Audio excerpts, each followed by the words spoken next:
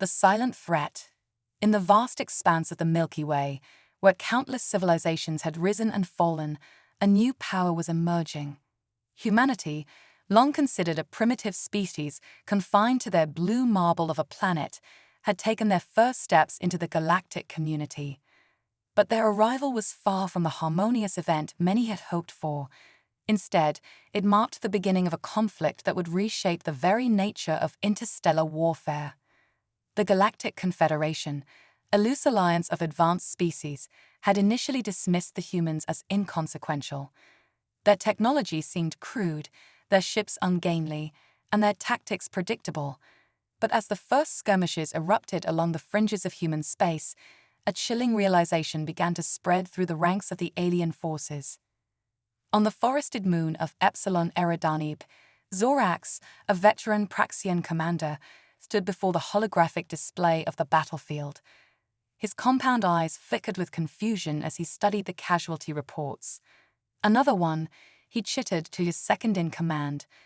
No explosion, no energy signature, just gone. The gone he referred to as Captain Kreela, one of their most experienced field officers. One moment, she had been coordinating the advance on a human outpost. The next, her life signs had simply winked out of existence. It was the fifth such incident in as many days. It doesn't make sense. Zorax's mandibles clicked in frustration. Their weapons are primitive projectile launchers. How are they striking with such precision from beyond our sensor range? As if in answer to his question, another blip vanished from the display. This time, it was the pilot of their most advanced scout ship.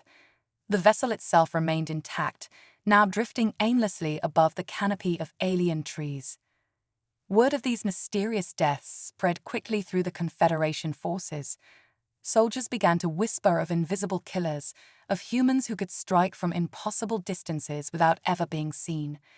The fear was palpable, eroding morale faster than any conventional weapon could have managed.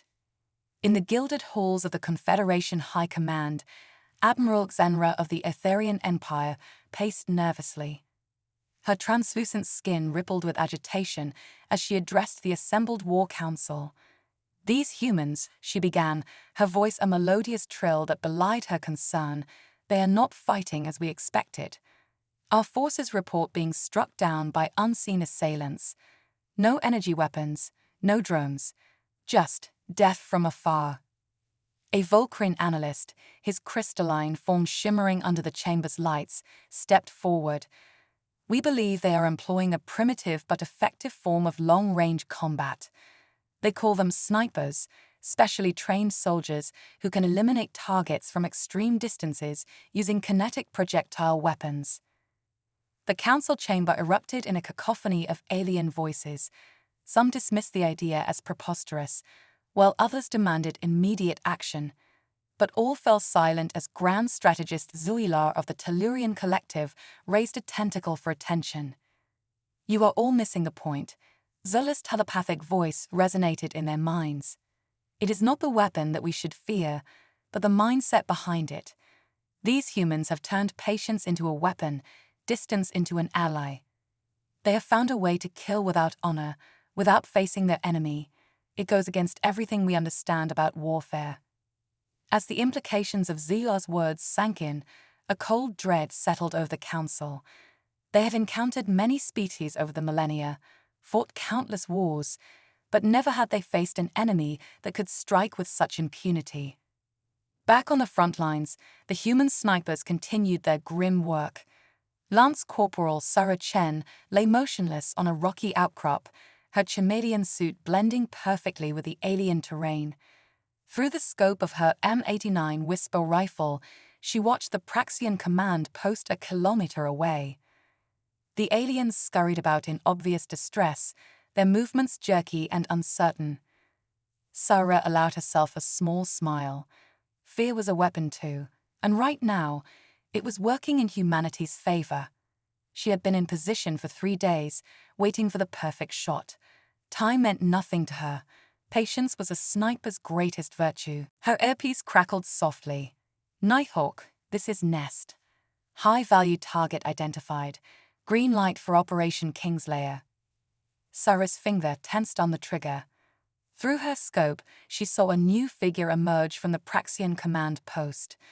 Larger than the others, with ornate markings on its carapace, this had to be the enemy commander.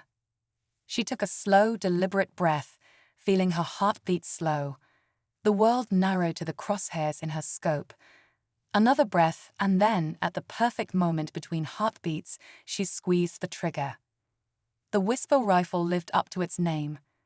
There was no thunderous report, no muzzle flash, just the faintest of sounds as the hypervelocity round left the barrel, breaking the sound barrier moments later with a crack that was lost in the ambient noise of the alien forest.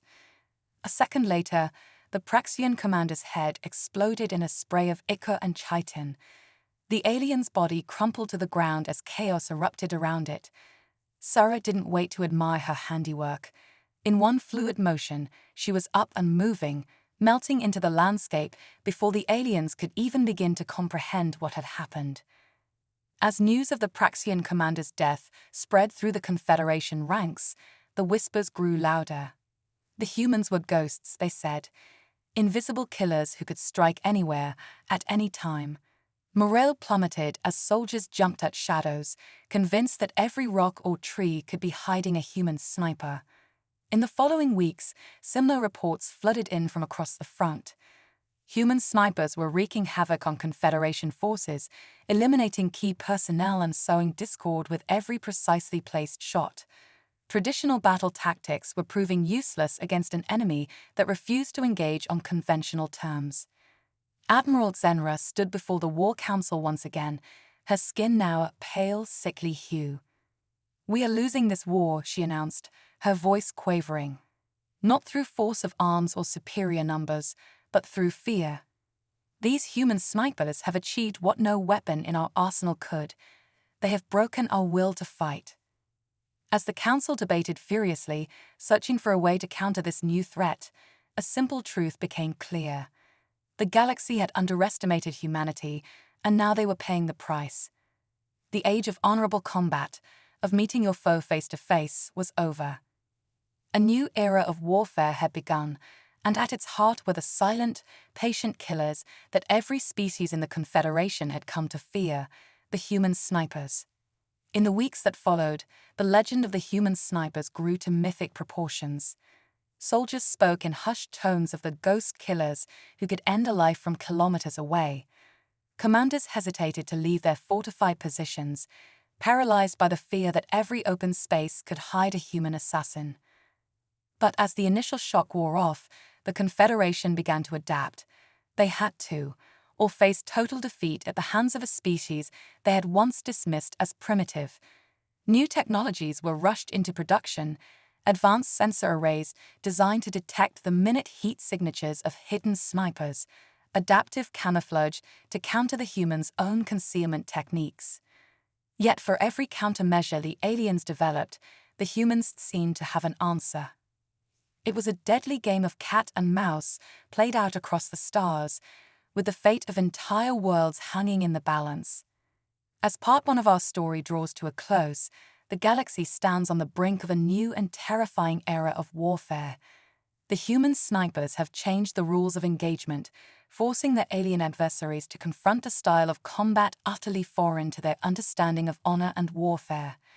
In the next part, we will delve deeper into the life of one particular human sniper, exploring the training, mindset, and personal cost of becoming the most feared soldiers in the galaxy. We will also witness the Confederation's desperate attempts to turn the tide of war as they grapple with an enemy that seems to strike from the very shadows of space itself. The stage is set for a conflict that will redefine the balance of power in the Milky Way. For the Galactic Confederation, the question is no longer whether they can defeat humanity, but whether they can survive the silent, invisible threat that has shaken their civilization to its core. The age of the sniper has begun, and the galaxy will never be the same. The ghost in the void. In the inky blackness of space, where silence reigns supreme, a lone figure drifted among the debris of a shattered asteroid. To the naked eye, it might have appeared to be just another piece of cosmic rubble. But this was no ordinary space rock.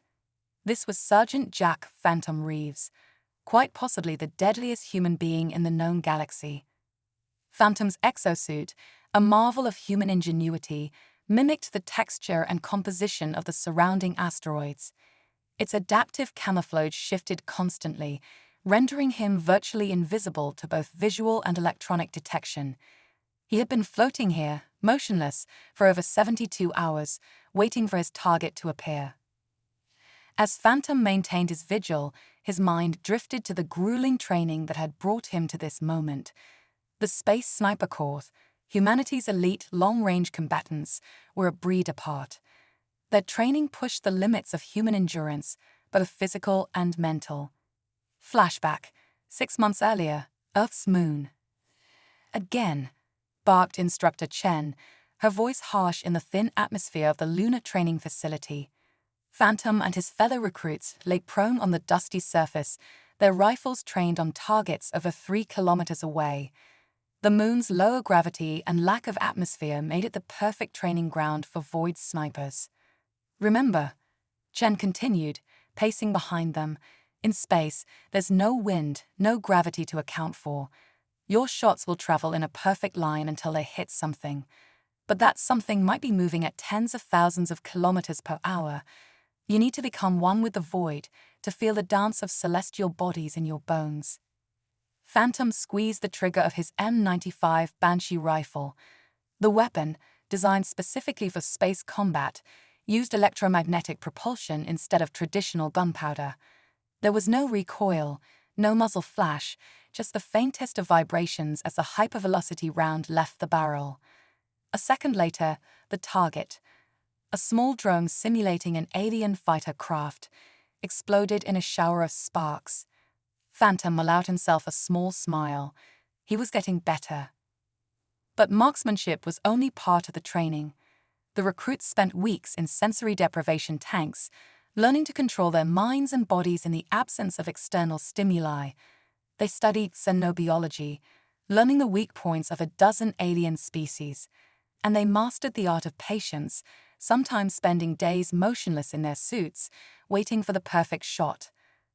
Back in the present, Phantom's neural interface chirped softly, pulling him from his reminiscence.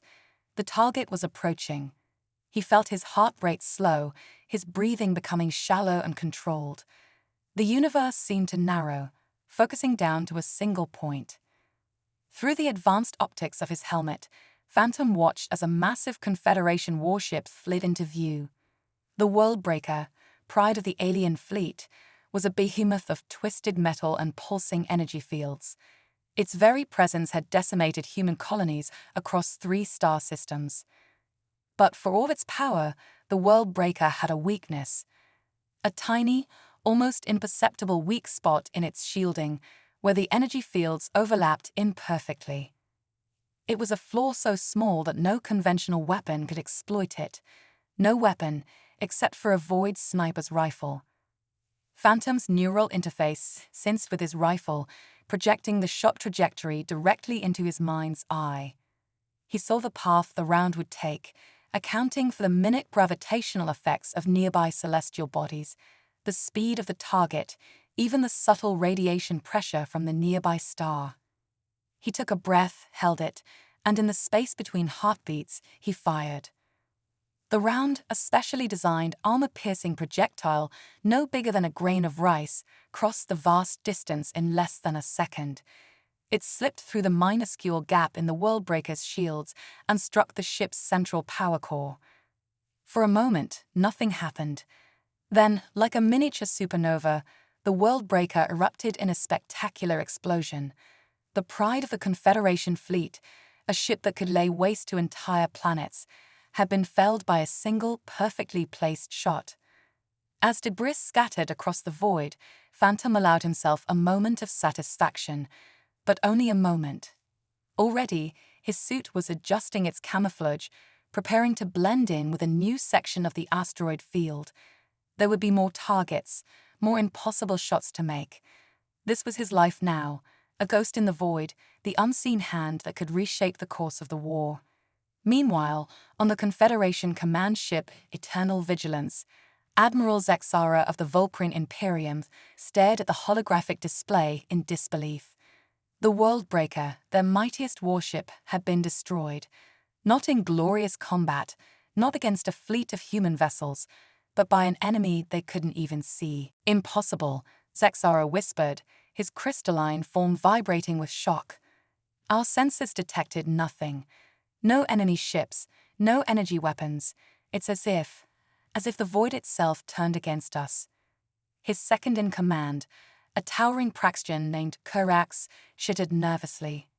The humans, Admiral. It must be their void snipers, the ghost killers. Zexara's faceted eyes narrowed. Preposterous. No sniper could penetrate the Worldbreaker's shields.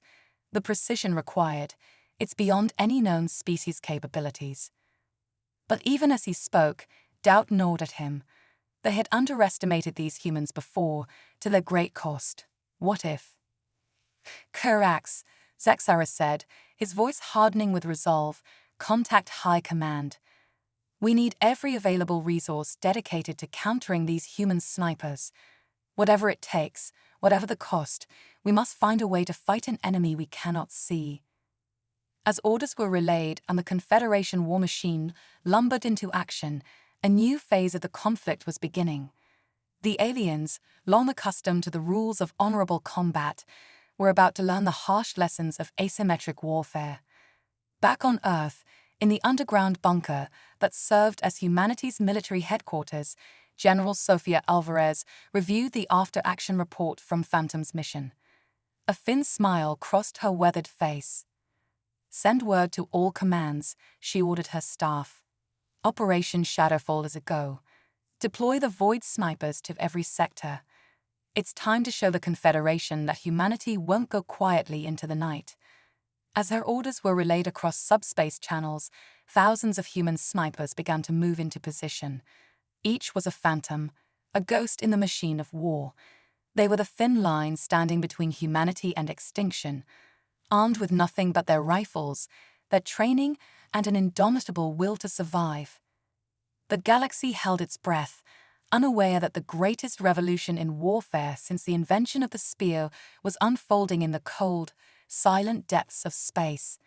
The age of the Void sniper had truly begun, and with it, the future of every sentient species hung in the balance.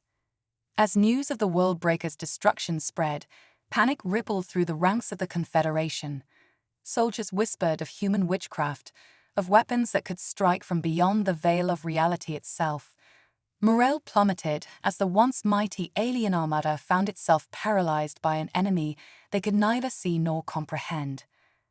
But for Phantom and his fellow Void snipers, the war was just beginning. They were the silent guardians of humanity, the unseen hand that could topple empires with a single, well-placed shot.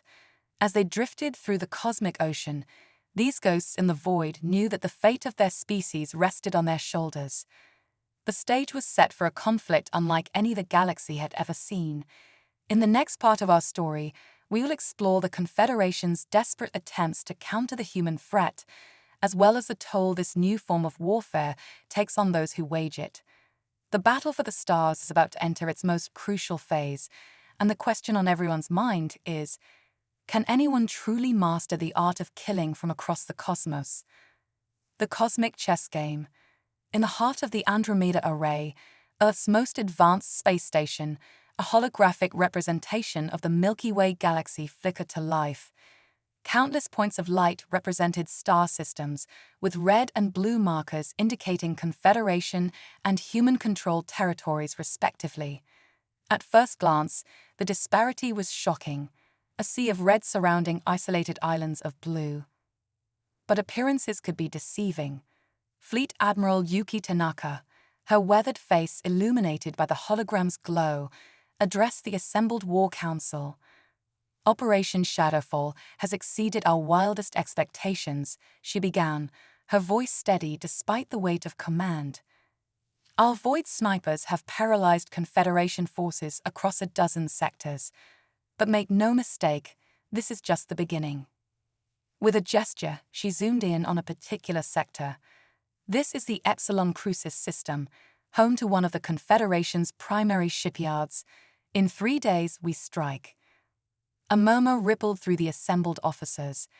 Epsilon Crucis was deep in enemy territory, heavily fortified and considered impregnable. Attacking it was suicide, or would have been, before the advent of void snipers. I know what you're thinking, Tanaka continued, a hint of a smile playing at the corners of her mouth. It's impossible. But impossible is what humanity does best. We call this Operation Cosmic Gambit. As Tanaka outlined the audacious plan, light years away, in the swirling nebulae surrounding Epsilon Crucis, preparations were already underway. Phantom drifted silently through the cosmic dust, his exosuit's chameleonic properties rendering him indistinguishable from the surrounding debris. Nearby, dozens of other void snipers lay in wait, each a silent sentinel ready to unleash precision death at a moment's notice. But this time, they weren't alone. Nestled within a particularly dense patch of the nebula was the UES Shadowdancer, humanity's most advanced stealth ship. Its quantum camouflage system bent light and sensor readings around it, making it as invisible as the snipers it carried. On the bridge of the Shadowdancer, Captain Zara Chen, Phantom's former instructor, surveyed the silent battlefield. "All units report in," she whispered, her voice carrying across encrypted quantum channels. One by one, the void snipers acknowledged, their responses little more than bursts of static to avoid detection. As the last sniper checked in, Chen allowed herself a grim smile. "Command, this is Shadowdancer. We are in position and awaiting your order." Back on the Andromeda Array, Admiral Tanaka nodded. "Shadowdancer, you have a go. Initiate Operation Cosmic Gambit." With that simple command, one of the most daring military operations in human history began. The Void snipers moved first, their shots precisely timed and coordinated. Across the Epsilon Crucis system, Confederation command ships suddenly found themselves without leaders as alien admirals and captains were picked off with surgical precision. As chaos erupted among the Confederation forces, the Shadowdancer made its move. The stealth ship glided silently past the system's outer defenses, its presence masked by the pandemonium unleashed by the snipers. But the Confederation wasn't entirely unprepared. In the wake of the World Breaker's destruction, they had developed new technologies to counter the human threat. Advanced sensor arrays scanned the void, looking for the telltale signs of sniper activity. Aboard the Confederation flagship Eternal Vigilance, Admiral Zexara watched the unfolding carnage with a mixture of fury and grudging admiration. "Activate the quantum entanglement grid," he ordered, his crystalline form pulsing with barely contained energy. Instantly, a web of subatomic particles spread across the system, each linked to its counterparts through the bizarre properties of quantum mechanics. Any disturbance, no matter how slight, would be instantly detected and pinpointed. For a moment, it seemed as though the tide had turned. Several Void snipers found their positions compromised, forced to withdraw or risk destruction. But humanity had anticipated this move. Captain Chen's voice crackled over the secure channel.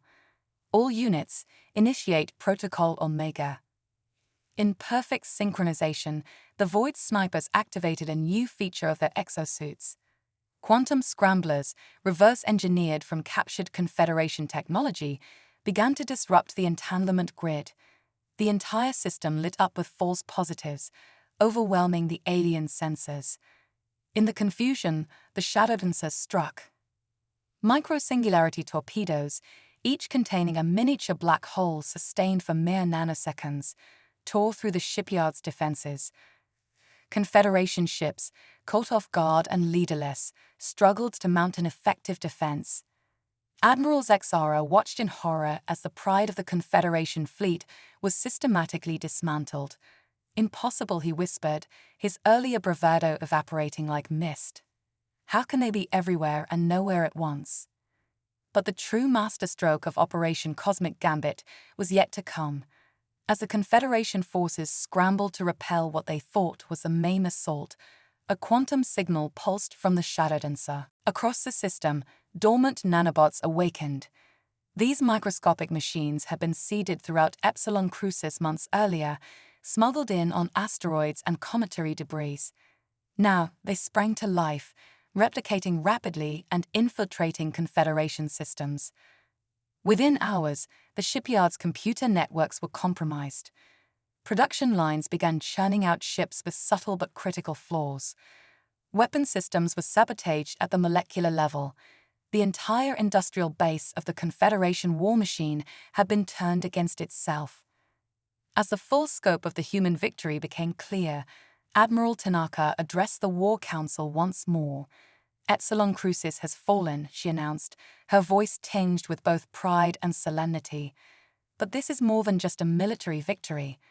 We've proven that humanity can strike at the very heart of Confederation power. The galaxy will never be the same. Indeed, news of the Epsilon Crucis operation spread like wildfire across the galaxy.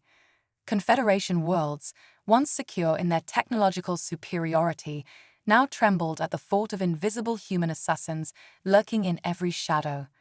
Minor species, long oppressed by the Confederation, began to see humanity not as invaders, but as potential liberators. But victory always comes at a cost. As the Void snipers and the crew of the Shadow Dancer returned home to a hero's welcome, the toll of their actions weighed heavily upon them. They had changed the course of the war, perhaps of galactic history itself, but at what price? Phantom, standing alone in the observation deck of the Andromeda Array, gazed out at the star-studded void. Each point of light represented countless lives, alien and human alike, now irrevocably altered by the new face of warfare he and his comrades had unleashed. As he contemplated the weight of their actions, a familiar voice broke the silence. "Heavy thoughts, Sergeant," Captain Chen asked, moving to stand beside him. Phantom nodded slowly. "We've opened Pandora's box, Captain. The Void Sniper, the ultimate assassin. What happens when this war is over?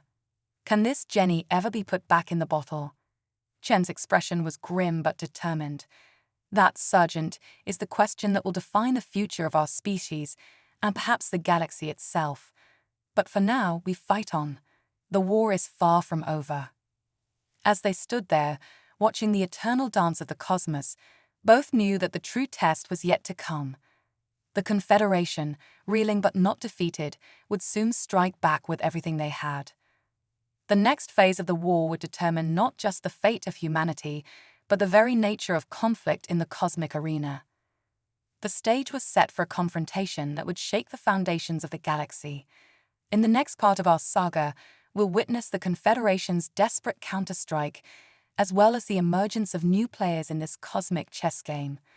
The Void Snipers had changed the rules of engagement, but in doing so, had they also sown the seeds of their own downfall.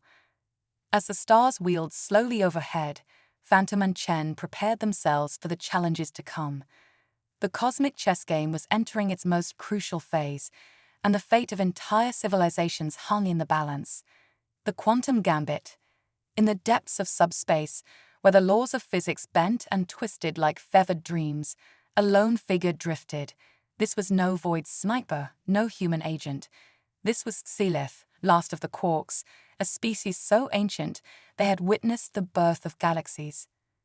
Xelith's consciousness, a swirling vortex of quantum probabilities, reached out across the cosmos.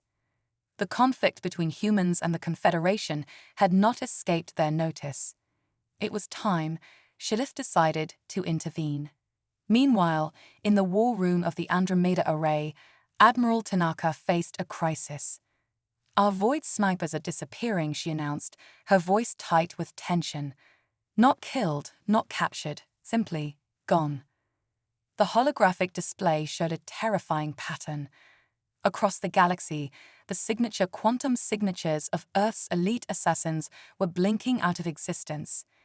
It was as if they were being erased from reality itself. Phantom, standing at attention beside Captain Chen, felt a chill run down his spine. He had lost 3 squad mates in the past week alone, their final transmissions cut off mid-sentence. "We believe the Confederation has developed a new weapon," Tanaka continued. "Something that doesn't just kill our snipers, but removes them from the time stream entirely. The assembled officers murmured in disbelief. Such technology was thought to be impossible, even for the advanced races of the Confederation. "There's more," Tanaka said, her expression grim. "We've detected an anomaly in the Carina Nebula. Something old, older than anything we've encountered before." The hologram shifted, showing a swirling mass of gas and newborn stars. At its heart, a point of absolute darkness pulsed with otherworldly energy. "Whatever it is," Tanaka concluded, "we believe it's connected to the disappearance of our snipers. We need answers, and we need them now." Captain Chen stepped forward. "Admiral, request permission to lead a reconnaissance mission to the Carina Nebula." Tanaka nodded. "Granted. Take the Shadow Dancer and a team of our best, including you, Sergeant Phantom. If anyone can unravel this mystery, it's you." As the meeting adjourned, Phantom felt a mix of excitement and dread. The void had always been his element, but this was something else entirely. The journey to the Carina Nebula was tense. The Shadow Dancer's quantum camouflage strained against the bizarre energies emanating from their destination. As they approached the anomaly, reality itself seemed to warp and twist. "All hands, brace for transition," Captain Chen's voice rang out over the ship's comm. "We're entering the anomaly in 3, 2, 1. The universe turned inside out. When Phantom's vision cleared, he found himself standing on nothing. An endless void stretched in all directions, punctuated by floating islands of impossible geometry. Colors that had no name in any human language swirled through the air. "Welcome, children of Earth," a voice that wasn't a voice resonated in their minds. "I am Silith, and we have much to discuss." The being that appeared before them defied description. It shifted and flowed, sometimes appearing as a humanoid figure, other times as a cascade of mathematical equations given form. "The weapon you seek," Shilith continued, "is not of Confederation making. It is far older, far more dangerous. The nullifiers, as you would call them, are cosmic janitors, erasing paradoxes from the time stream." Captain Chen, her composure admirable in the face of the impossible, spoke up. "Our void snipers, they're being erased as paradoxes." Silith's form shimmered with what might have been amusement. "Precisely. Your snipers exist in quantum superposition, both there and not there. The universe objects to such contradictions." Phantom's mind raced. Everything they had achieved, the entire strategy that had turned the tide of the war, was based on this quantum uncertainty. If it was being nullified. "There is a solution," Silith said, reading their thoughts. "But it requires a sacrifice. One of you must merge with the quantum fabric of reality itself, become the ultimate void sniper, existing everywhere and nowhere at once." The implications were staggering. Whoever underwent this transformation would gain godlike power over space and time, but they would also cease to exist as a human being. Before anyone else could speak, Phantom stepped forward. "I'll do it," he said, his voice steady despite the fear coursing through him. "Sergeant, no," Captain Chen protested, but Phantom had made up his mind. "This is what I was trained for, Captain," he said with a sad smile. "To strike from the shadows, to be the unseen hand that shapes the course of the war. This is just taking it to the next level." Phyllis' form pulsed with approval. "Very well, human. Prepare yourself for transcendence." What followed was beyond description. Phantom felt himself stretched across all of space and time, his consciousness expanding to encompass the entire universe. He saw the birth and death of stars, the rise and fall of civilizations, all in an instant that lasted an eternity. When it was over, Phantom was everything and nothing. He could see every void sniper in the galaxy, could feel the nullifiers searching for them. With a thought, he shielded his comrades, rendering them truly invisible to the cosmic order. Back on the Shadow Dancer, Captain Chen and her crew watched in awe as Phantom's body dissolved into pure energy, then vanished entirely. "It is done," Shilith announced. "Your champion has become one with the quantum realm." The tide of your war has shifted once again. As the Shadow Dancer prepared to return to Earth, carrying news of this cosmic revelation, the newly ascended Phantom turned his attention to the Confederation fleet. With his newfound powers, he could end the war in an instant, wiping the enemy from existence. But such an act, he realized, would make him no better than the nullifiers. Instead, he chose a subtler approach. Across the galaxy, Confederation leaders found their minds open to new possibilities. The futility of the war, the potential for peaceful coexistence with humanity, became clear to them. In the span of a few hours, peace negotiations began. The war that had threatened to tear the galaxy apart was ending not with a bang, but with a quantum whisper. As news of the ceasefire spread, Admiral Tanaka stood before the holographic display in the Andromeda Array. The red and blue markers representing Confederation and human territories were slowly blending into a new color, the purple of cooperation. And so, Tanaka mused, the greatest weapon in the universe turns out to be understanding. Somewhere in the quantum foam of reality, Phantom heard her words and smiled. The Void Snipers had changed the face of warfare forever, but in doing so, they had also paved the way for a new era of galactic peace. As the story of the human Void Snipers faded into legend, a new chapter in cosmic history began, and in the spaces between moments, in the shadows between stars, Phantom watched over it all, the ultimate guardian of a universe finally at peace. The quantum uprising. In the swirling heart of the Virgo supercluster, where galaxies dance in cosmic ballet, a disturbance rippled through the quantum fabric of reality. Phantom, once human, now a being of pure energy and infinite possibility, felt the tremor in his expanded consciousness. Something was wrong, terribly wrong. On Earth, in the gleaming spires of New Geneva, the headquarters of the newly formed Galactic Concord, alarms blared. Holographic displays flickered to life, showing a cascade of failing systems across human and former Confederation worlds alike. Admiral Tanaka, now Supreme Commander of the Concord's peacekeeping forces, strode into the crisis center. "Report," she barked, her weathered face lined with concern. A young officer, his hands flying over a quantum interface, looked up with fear in his eyes. "Sir, it's everything. Quantum communication networks are collapsing. Terraforming systems are going haywire. Even our gravity generators are fluctuating." Tanaka's blood ran cold. The peace they had worked so hard to achieve, the technological marvels that had risen from the ashes of war, all of it was unraveling before their eyes. "It's not just us," another officer chimed in. "We're getting reports from across the former Confederation. Whatever this is, it's affecting everyone." As the crisis unfolded in the quantum realm, Phantom struggled to make sense of what he was seeing. The very laws of physics seemed to be rewriting themselves, reality twisting like a pretzel in the grip of some unseen force. And then he saw them. The nullifiers, those cosmic janitors he had once evaded, were on the move. But they weren't erasing paradoxes or tidying up loose ends in the time stream. They were changing things, deliberately. With a thought, Phantom projected himself into the crisis center in New Geneva. His form shimmered and shifted, sometimes appearing as the man he once was, other times as a living constellation of stars. "Admiral," he said, his voice resonating with the hum of the universe itself, "we have a problem.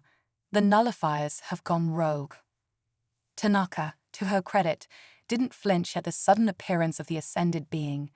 "Explain," she demanded. "They're rewriting reality," Phantom said, "changing the fundamental constants of the universe. If they succeed, all of our technology, everything based on our understanding of physics, will cease to function." The implications were staggering. Faster than light travel, quantum communication, even the artificial gravity that kept their space stations and starships habitable, all of it would become impossible. But why?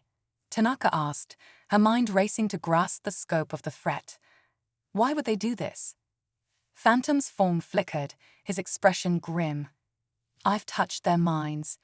They believe our use of quantum technology is destabilizing the universe. They're trying to fix things by changing the rules. A cold silence fell over the room. The fate of not just humanity or the former Confederation, but all advanced life in the galaxy, hung in the balance. "Can you stop them?" Tanaka asked, her voice barely a whisper. Phantom's form pulsed with uncertainty. "Alone? No, they're too numerous, too powerful." But he paused, an idea forming in his vast consciousness. "But maybe, with help, we have a chance." "What do you need?" Tanaka asked, ready to commit every resource at her disposal. "Not what," Phantom replied. "Who? I need the Void snipers, all of them." Across the galaxy, the call went out. From hidden bases and distant outposts, the elite corps of human assassins answered. They had been the decisive factor in the war, the ghosts in the machine that had brought the mighty Confederation to its knees. Now they were being called upon for one last mission, to save reality itself. In the quantum phone between dimensions, Phantom gathered his former comrades. "What I'm asking is impossible," he told them, his words resonating directly in their minds. "To fight beings that exist beyond space and time, to rewrite the very laws of physics. But impossible is what humanity does best." One by one, the Void snipers stepped forward, ready to make the ultimate sacrifice. Phantom reached out with his cosmic power, transforming each of them as he had been transformed. Their bodies dissolved into pure energy, their consciousnesses expanding to encompass the universe. As the last of the Void snipers ascended, Phantom turned his attention to the nullifiers. The battle that followed defied description, a war fought not with weapons but with ideas, not in space but in the very fabric of reality. The ascended Void snipers, led by Phantom, darted through the quantum foam, countering the nullifiers' attempts to rewrite the laws of physics. They shored up weakening constants, reinforced faltering dimensions, and patched holes in the fabric of spacetime. In New Geneva, Admiral Tanaka and the leaders of the Galactic Concord watched in awe as reality itself seemed to flicker and shift around them. Stars blinked in and out of existence, physical laws wobbled like jello, and the very air seemed to hum with cosmic energy. For what felt like an eternity, the fate of the universe hung in the balance.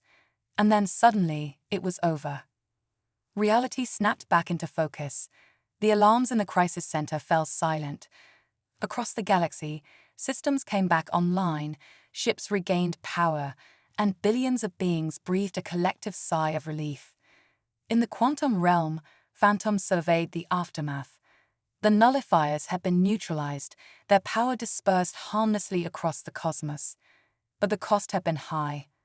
Of the thousands of Void snipers who had ascended to fight alongside him, only a handful remained. As Phantom prepared to return to New Geneva to report their victory, he felt a subtle shift in the quantum fabric. The remaining ascended snipers were changing, evolving, becoming something new. "We can't go back," one of them said, their thoughts resonating across the cosmos. "We're not human anymore. We're more." Phantom understood. They had transcended not just humanity, but the very concept of individual existence. They had become guardians of reality itself. In New Geneva, Phantom appeared before Admiral Tanaka one last time. "It's done," he said simply. "The universe is safe, but we won't be coming back." Tanaka nodded, tears in her eyes. "I understand. Thank you, all of you, for everything." As Phantom's form began to fade, he left Tanaka with one last message. "We'll be watching, Admiral. Not interfering, but guarding. The Void snipers have become the silent sentinels of the cosmos." And with that, he was gone. Phantom and his ascended comrades spread out across the universe, unseen protectors of the grand cosmic dance. In the years that followed, the story of the Void snipers passed into legend. Across the worlds of the Galactic Concord, beings looked up at the stars with a mix of awe and gratitude, knowing that somewhere out there, the greatest heroes in the history of the cosmos were standing watch. The age of the Void sniper had ended, But a new era of cosmic guardianship had just begun, and in the vast, silent depths of space, Phantom and his fellow Sentinels continued their eternal vigil, ready to face whatever threats the universe might conjure. As the story of the Void Snipers faded into myth, a new chapter in the cosmic saga began, one of exploration, cooperation, and the endless pursuit of knowledge. For in the end, it was not the power to destroy that had saved them, but the courage to transcend, to become something greater than themselves. And so the galaxy spun on, its myriad civilizations flourishing under the watchful eyes of their invisible guardians, the legendary Void Snipers who had become one with the cosmos itself. The Omega Protocol. In the vast expanse of the multiverse, where realities collide and timelines intertwine, a new threat emerged. One that even the ascended Void Snipers, guardians of cosmic order, couldn't have foreseen. On Earth, now the capital of the Galactic Concord, alarms blared in the hyperdimensional command center. Admiral Zara Chen, protege of the legendary Tanaka, stared at the holographic display in disbelief. "Impossible," she whispered, her cybernetically enhanced eyes widening. "The readings can't be right." But they were. Across the galaxy, entire star systems were disappearing. Not destroyed, not conquered, but erased from existence as if they had never been. Admiral, her AI assistant, ARIA, chimed in. "I've detected a pattern in the disappearances. They're not random. They're forming some kind of multidimensional sigil." Chen's blood ran cold. She had heard whispers of such things, ancient cosmic runes of unimaginable power. But those were just stories, weren't they? "ARIA, initiate the Omega Protocol," Chen ordered, her voice steady despite the fear gnawing at her gut. Across the galaxy, on countless worlds, hidden transmitters sprang to life. They broadcast a signal not through space, but through the quantum foam of reality itself. A call for help to the only beings who could possibly face its threat. In the spaces between moments, in the shadows between dimensions, Phantom stirred. He and his fellow ascended Void Snipers had watched over the cosmos for eons, rarely intervening. But this was different. As one, the cosmic guardians turned their attention to the unfolding crisis.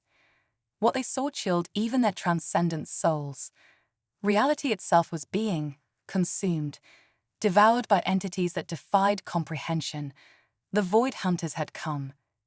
Phantom appeared in the command center, his form a swirling vortex of cosmic energy. "Admiral Chen," he said, his voice resonating with the hum of the universe. "We don't have much time."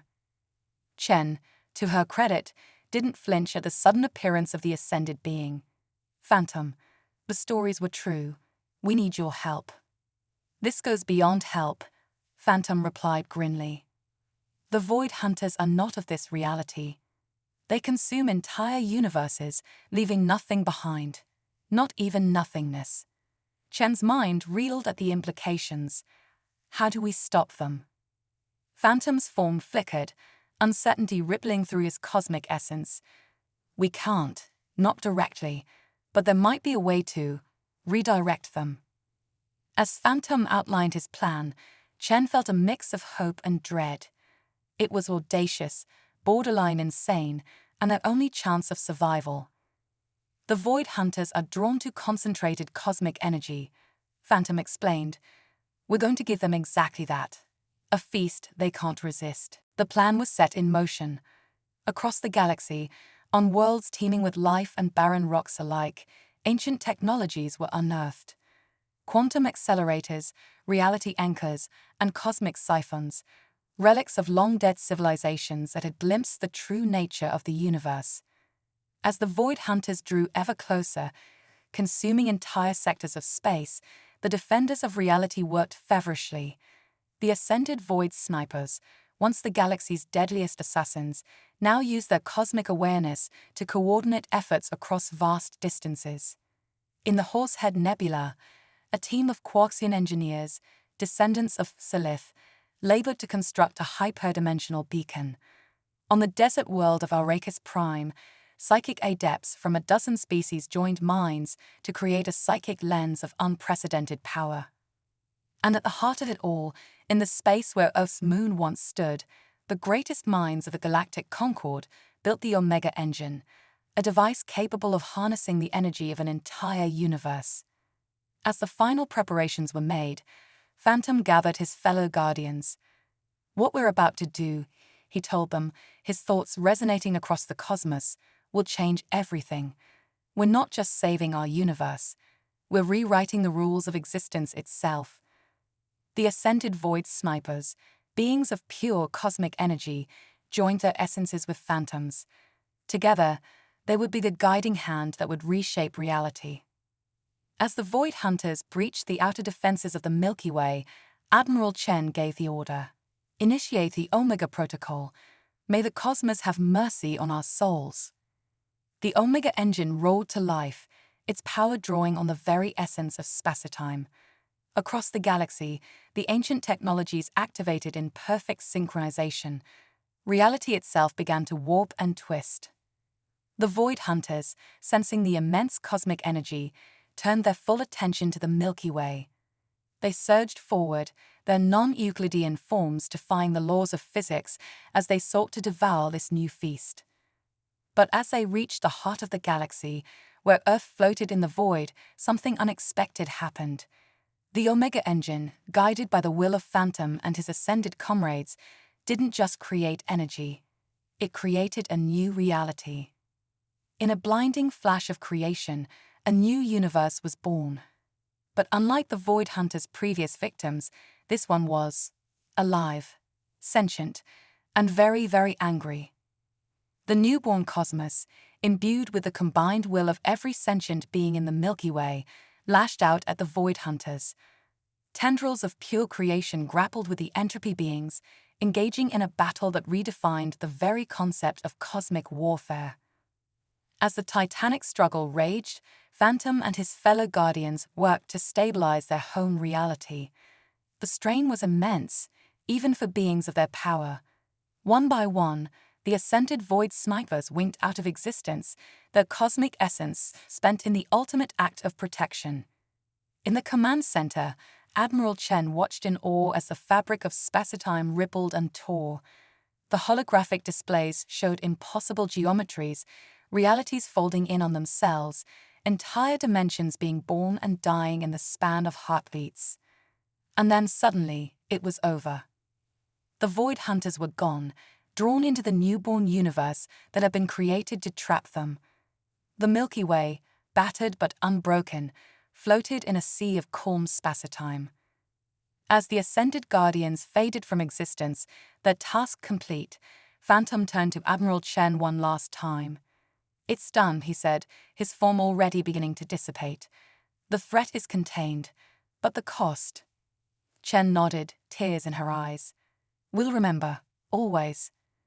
As Phantom faded away, his cosmic essence spent, the last of the legendary Void Snipers, Admiral Chen felt a profound sense of loss, but also hope. In the years that followed, the galaxy rebuilt.